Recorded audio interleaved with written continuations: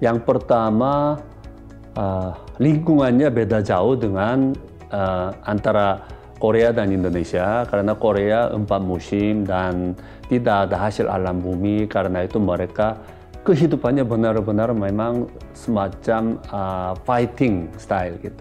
Tapi di Indonesia udah mempunyai segalanya, karena itu santai-santai saja. Jadi yang bedanya paling penting yang itu. Dan oleh karena itu memang sebagai orang Indonesia tidak begitu mempertimbangkan dari segala seginya, ya, karena memang kehidupannya udah tidak begitu stres dan juga tidak begitu susah.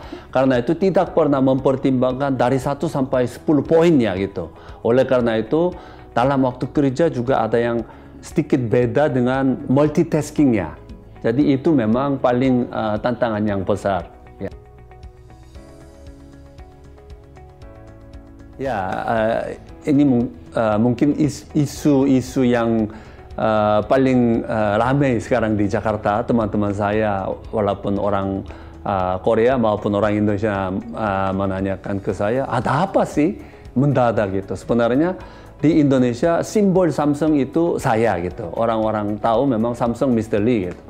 Saya setelah lulus dari universitas, saya mulai kerja di Samsung sejak 91, berarti 28 tahun saya kerja hanya satu perusahaan. Ini memang orang Korea dan orang Jepang biasanya mereka seumur hidup kerja yang satu company. Itu memang cerita yang lama gitu. Belakangan ini ABG mereka memang dalam 2-3 tahun pun juga pindah-pindah gitu. Tapi saya termasuk golongan yang tua. Jadi saya selama 20 tahun kerja di Samsung. Tapi kenapa saya memang memutuskan memindahkan kerja di Hyundai itu, yang pertama, karena dari 2-3 tahun yang lalu Hyundai mereka mempertimbangkan menginvestasi besar sekali ke Indonesia.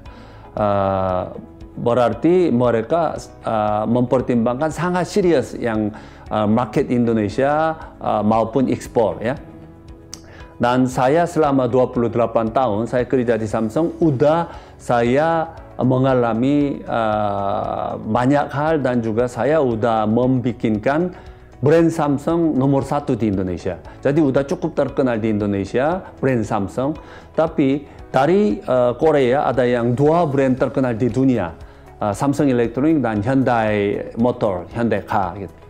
Di Indonesia hanya Samsung Electronics saja terkenal, tapi Hyundai Car-nya masih kurang sekali.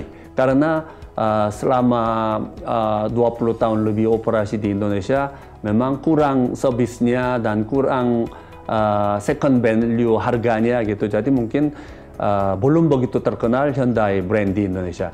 Jadi saya sebagai orang Korea, saya udah cukup mengerti kultur Indonesia dan kebudayaan dan bahasa Indonesia. Berarti saya harusnya mempersembahkan kemampuan saya kepada perusahaan dari Korea. Samsung udah cukup, udah lumayan terkenal. Oke, jadi yang tantangan saya mau membuat Hyundai bisa menjadi brand terkenal di Indonesia. Dan Hyundai sebenarnya udah cukup terkenal di dunia dalam car brand itu udah nomor kelima, dan udah arahnya ke electric vehicle atau mungkin hydrogen vehicle udah cukup terkenal. Tapi di Indonesia masih kondisinya sangat jauh dengan negara yang lain. Jadi ini memang kesempatan untuk saya biar mungkin memperkenalkan brand Hyundai di Indonesia. Dan juga padahal dari Hyundai Korea sendiri, mereka karena investasi cukup besar ke Indonesia, jadi mereka juga maunya mengundang saya, meng-hijack saya ke Hyundai. Jadi saya kira-kira 7-8 bulan saya memang mempertimbangkan mengenai pemindahan ini, dan akhirnya saya memutuskan oke, ini tantangan baru. Dan di Indonesia juga makin lama makin industri mobil itu memang bermakmur dan maju terus gitu dibandingkan electronic business. Electronic business udah mungkin di Indonesia udah mentok lah gitu. Jadi ini dalam karir saya juga ada yang kesempatan sangat terbaik. Oleh karena itu saya memutuskan oke, mulai belajar yang bidang industri mobil gitu.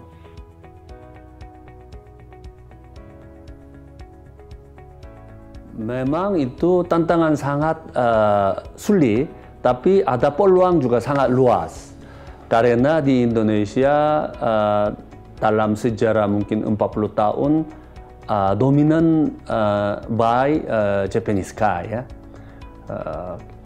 Setahu saya 97 atau 98% of total market is Japanese car di Indonesia. Dibandingkan sama Jepang juga kalah. Karena walaupun di Jepang, mobil Jepang di sana kira-kira 92%. Berarti di dunia mobil Jepang paling ramai di Indonesia. Tapi siapa sangka Samsung dulu bisa kalahkan Panasonic, Sony, segala macam brand dan sampai Nokia juga gitu ya. Itu memang ada paradigm. Waktu paradigm berubah harusnya kita memang mengambil inisiatif gitu. Jadi saya pikir mungkin ini momentumnya tepat sekali karena sekarang arahnya ke electric vehicle dan hydrogen vehicle itu.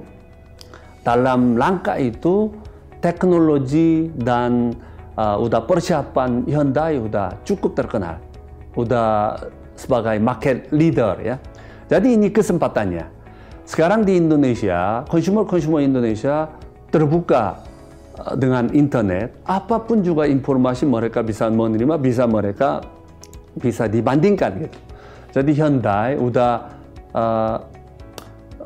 consumer Indonesia udah mengerti dan udah paham produk Hyundai begitu memang udah cukup terkenal dan juga ada potensialnya. Di Amerika, di Eropa udah cukup. Tapi di Indonesia masih memang belum begitu ramai. Kenapa? Karena Hyundai sendiri belum pernah memfokuskan pasar Indonesia dan belum ada pabrik di Indonesia juga. Berarti dari tahun depan Hyundai memang bisa memproduksi produk terjangkau dan juga terteknologi untuk pasar Indonesia dan konsumen Indonesia. Ini memang bisa bersaing dengan seimbang ya. Dan lagi pula ada innovation dari Hyundai memang udah arahnya sampai ke personal sepertinya